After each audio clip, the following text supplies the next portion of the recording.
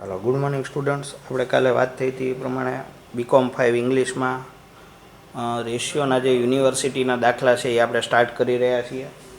તો આપણી પાસે current ratio, liquid ratio, gross profit ratio, stock turnover ratio અને ડેટર્સ રેશિયો, આટલી વસ્તુઓ આપણને આપેલી છે. ઓકે, તો સૌથી પહેલાં આપણે સ્ટાર્ટ કરી દઈએ કે ભાઈ કરંટ એસેટ. તો પાકા સર્વેમાં આપણી પાસે અથવા બેલેન્સ શીટમાં આપણી પાસે જે પણ ઇન્ફોર્મેશન છે એમાં આપણને ડેટર્સ આપેલા છે. હવે જો 2 વર્ષની બેલેન્સ શીટ હોવાથી આપણે બંને વર્ષની કેલ્ક્યુલેશન છે એ કરવી પડશે. ઓકે, એટલે કરંટ એસેટ છે તો એમાં અહીંયા આગળ 2015 અને 2016 બંનેની કેલ્ક્યુલેશન હું કરી નાખીશ. એટલે કે ડેટર્સ હોય તો ડેટર્સમાં 1,06,000 અને 60,000. પછી તો કે બિલ્સ રિસીવેબલ 40,000 અને 24,000 રૂપીસ. પછી આગળ વધીએ તો સ્ટોક 1,50,000, 1,80,000. પછી બેંક બેલેન્સ, તો બેંક બેલેન્સ છે 30,000 અને 70,000. પછી કેશ બેલેન્સ છે એ તમે ચેક કરો તો કેશ બેલેન્સ છે 4,000 અને 26,000. ઓકે, ટોટલ છે એ 3,30,000 અને 3,60,000. પછી current liabilities,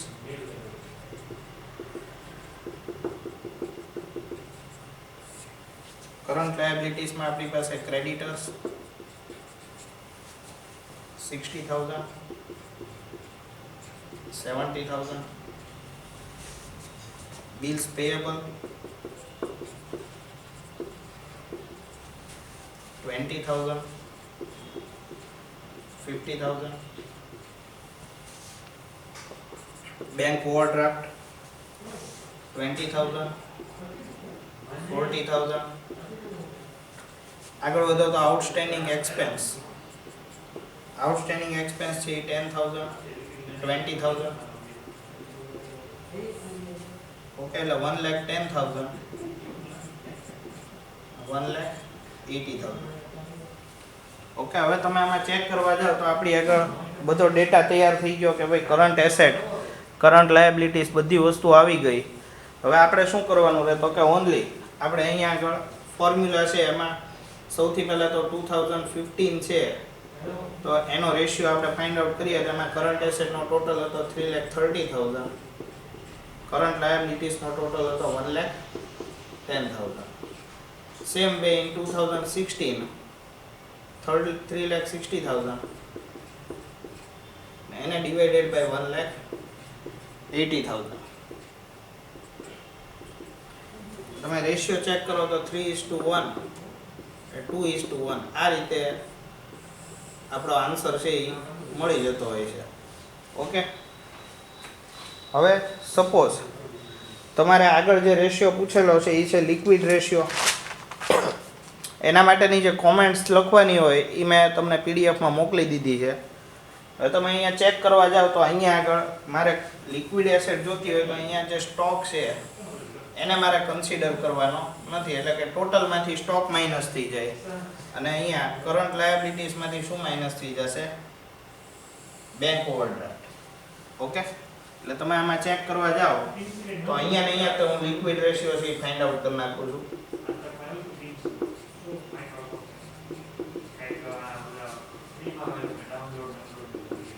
The liquid asset divided by liquid liabilities. જે પણ લિક્વિડ એસેટ છે એમાં આપણને બધાને ખબર છે કરંટ એસેટ માઇનસ સ્ટોક કરવાનું છે અને અહીંયા કરંટ લાયબિલિટી માઇનસ શું કરવાનું છે? Bank overdraft. એટલે કે કરંટ એસેટ આપણી 3,30,000 હોય, 2015 ની હું વાત કરું છું, 3,30,000. એમાંથી સ્ટોકનો જે ફિગર છે 1,50,000 એ તમારે ડિડક્ટ કરવો પડે અને કરંટ લાયબિલિટીઝ છે તો એમાં 1,10,000 તમને આપેલા છે તો એમાંથી તમારે જે પણ બેંક ઓવરડ્રાફ્ટની વેલ્યુ છે એટલે કે 20,000 રૂપીસ એ ડિડક્ટ કરી નાખો. તમે ચેક કરવા જાઓ તો 1,80,000 ડિવાઇડેડ બાય કંઈક 90,000 રૂપીસ 90,000 રૂપિયા જેવી રકમ આવે છે. તો 2:1 તમારો રેશિયો આવી જશે. તમારો આન્સર છે અહીંયા ફાઇન્ડ આઉટ થઈ ગયો. એ જ રીતે 2016 માં તમે ચેક કરશો તો 3,60,000 એમાંથી માઇનસ તમે કરી નાખો 1,80,000 અને કરંટ લાયબિલિટીઝ તમે ચેક કરશો તો 1,80,000 એમાંથી માઇનસ તમારે કરવું પડશે 40,000. તો 1,80,000 ડિવાઇડેડ બાય કાંઈક આન્સર 1,40,000 આવશે. તો તમારો આન્સર થઈ જશે 1.29:1. ઓકે, એટલે આ રીતના તમારે કેલ્ક્યુલેશન છે એ કરવાની. ઓકે, એટલે આપણા આ જે બંને રેશિયો હતા એ કમ્પ્લીટ થઈ ગયા અને એની નીચે એની જે પણ કોમેન્ટ થતી હોય એ તમારે લખવાની થાય. ઓકે, હવે આપણે આગળ વધીએ. તો આગળ બીજો આપણને જે નેક્સ્ટ રેશિયો છે એ gross profit ratio find out કરવાનો કીધો છે. તો ગ્રોસ પ્રોફિટ રેશિયો આપણે નેક્સ્ટમાં ફાઇન્ડ આઉટ કરી નાખીએ. ઓકે,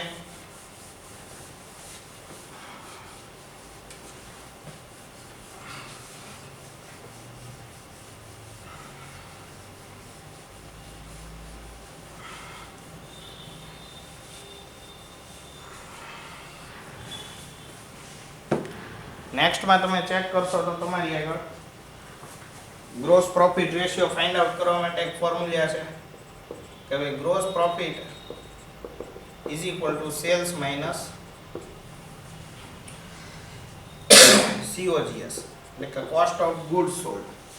ઓકે, તો કોસ્ટ ઓફ ગુડ્સ સોલ્ડ છે રકમમાં તમે જોશો તો તમને COGS છે એ રેડીમેડ આપેલું છે. તો 2015 અને 2016 બંને માટે આપણે ચેક કરી લઈએ.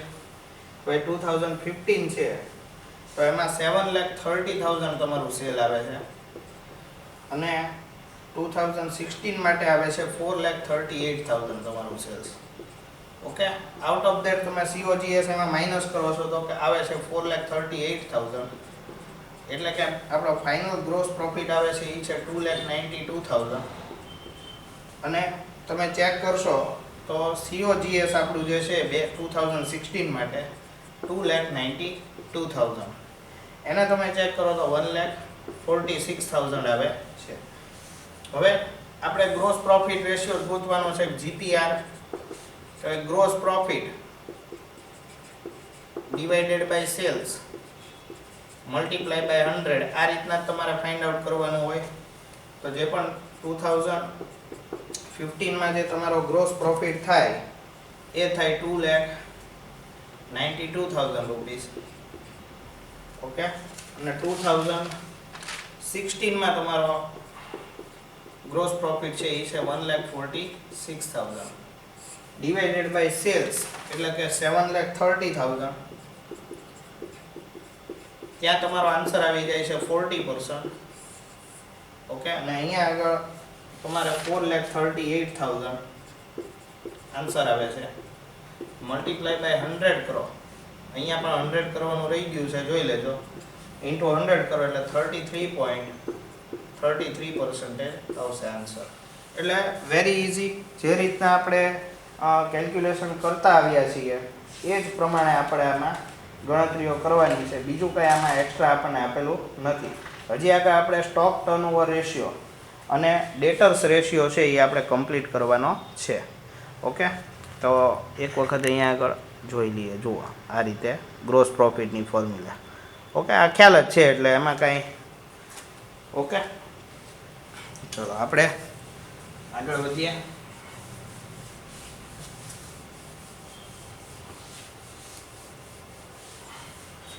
Gross profit ratio find out કર્યા પછી હવે આપણે આગળ જે કેલ્ક્યુલેશન કરવાની છે એ છે સ્ટોક ટર્નઓવર રેશિયો. જે સ્ટોક ટર્નઓવરનો રેશિયો છે એમાં COGS અપોન આપણે એવરેજ સ્ટોક છે એ કરતા હોઈએ છીએ. તો એવરેજ સ્ટોક જ્યારે તમે કેલ્ક્યુલેટ કરો ત્યારે તમારી આગળ ફોર્મ્યુલા છે કે ભાઈ opening stock plus closing stock divided by 2. હવે તમે ચેક કરશો તો આપણી આગળ જે પણ રકમ આપી છે એમાં આપણી પાસે ઓપનિંગ અને ક્લોઝિંગ સ્ટોક છે એ 2015 અને 16 બંનેમાં જુઓ તમે પ્રોફિટ એન્ડ લોસ એકાઉન્ટની જે ઇન્ફોર્મેશન આપી છે એમાં તમને સ્ટાર્ટિંગમાં જ 1,42,000 આપી દીધા, જેનો ક્લોઝિંગ સ્ટોક તમને 1,50,000 2015 વાળી કોલમમાં બેલેન્સ શીટમાં જોવા મળશે. અને આગળ તમે ચેક કરો તો તમારી પાસે ઓપનિંગ ને ક્લોઝિંગ નેક્સ્ટ યર માટે પણ મળી જ જાય છે. એટલે આપણે એવરેજ સ્ટોક સૌથી પહેલાં ફાઇન્ડ આઉટ કરી લઈએ. તો આપણે બધાને ખબર છે કે એવરેજ સ્ટોકની ફોર્મ્યુલા કે ભાઈ opening stock plus closing stock divided by 2 છે. એટલે કે 2015માં ચેક કરો તમે તો 2015નો આપણો જે સ્ટોક ટર્નઓવર રેશિયો માટે સૌથી પહેલા ઓપનિંગ આપણો સ્ટોક છે 1,42,000 પ્લસ 1,50,000 ડિવાઇડેડ બાય 2, એટલે કે આપણો એવરેજ સ્ટોક થશે 1,46,000. પછી તમે આગળ વધશો તો 2016 એમાં તમારા માટે જે પણ ગયા વખતનો જે ક્લોઝિંગ હતો એ આ વર્ષે શું થઈ જશે, ઓપનિંગ સ્ટોક થઈ જશે 1,50,000 પ્લસ 1,80,000 તમારો ક્લોઝિંગ સ્ટોક ડિવાઇડેડ બાય 2, એટલે કે અહીંયા આગળ આન્સર આવે છે કંઈક 1,65,000 રૂપીસ જેવો. ઓકે, હવે જે પણ સ્ટોક ટર્નઓવર રેશિયો છે એમાં આપણે 2015 માટે ચેક કરીએ તો આપણને COGS તો રેડીમેડ આપેલું જ હતું 4,38,000 અને એને ડિવાઇડેડ બાય તમારે 1,46,000 2015 નો એવરેજ સ્ટોક છે એ લેવાનો થાય. તો તમે કાઉન્ટ કરો તો 3 ટાઈમ્સ એ પ્રકારે કાંઈક આન્સર આવે છે. ઓકે, અને 2016 માટે તમે ચેક કરશો તો એ થશે 2,92,000 અને એનો જે એવરેજ સ્ટોક છે એ આપણી પાસે કેટલો છે તો કે આપણે ફાઇન્ડ આઉટ કર્યો 1,65,000. એનો આન્સર આવી જશે 1.77 ટાઈમ્સ. ઓકે, એટલે આવી રીતના તમારો સ્ટોક ટર્નઓવર વાળો રેશિયો તમને મળી જશે. એના પછી તમે આગળ વધો તો ડેટર્સ રેશિયો. તો જે ડેટર્સ રેશિયો આપણને આપેલો છે એ પણ આપણે ફાઇન્ડ આઉટ કરી નાખીએ.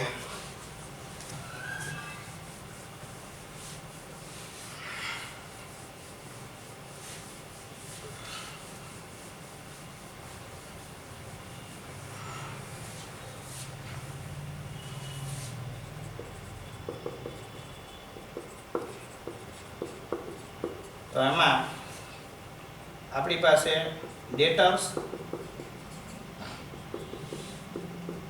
Plus bills receivable divided by credit sale multiply by number of working days. તમે ચેક કરવા જાઓ તો આપણી પાસે નંબર ઓફ વર્કિંગ ડેઝ છે એ રકમમાં આપેલા નથી, પણ 2015 અને 16 માટેની ગણતરી કરી નાખું તો એમાં ડેટર્સ હતા 1,06,000 રૂપીસ પ્લસ બિલ્સ રિસીવેબલ આપણા હતા એ હતા 40,000 અને એમાં ડિવાઇડેડ બાય 7,30,000 તમારું ક્રેડિટ સેલ હતું અને મલ્ટીપ્લાય બાય 365 ડેઝ. તો આન્સર આવે તમારો 73 ડેઝ. ઓકે, પછી ઓકે 2016 તમે ચેક કરવા જશો તો 60,000 પ્લસ 24,000 અને 4,38,000 મલ્ટીપ્લાય બાય 365 કાઉન્ટ કરો તો 70 ડેઝ તમારો જે આન્સર છે એ મળી જતો હોય છે. એટલે આવી રીતના તમારે કેલ્ક્યુલેશન કરવાની છે અને કોમેન્ટ કરવાની કીધી છે તો એ કરી નાખવાની કોમેન્ટ, બરાબર. એટલે તમારો અહીંયા આગળ જે દાખલો છે એ શું થઈ જાય, પૂરો થઈ જાય છે. ઓકે, ચાલો આટલું રાખીએ આમાં.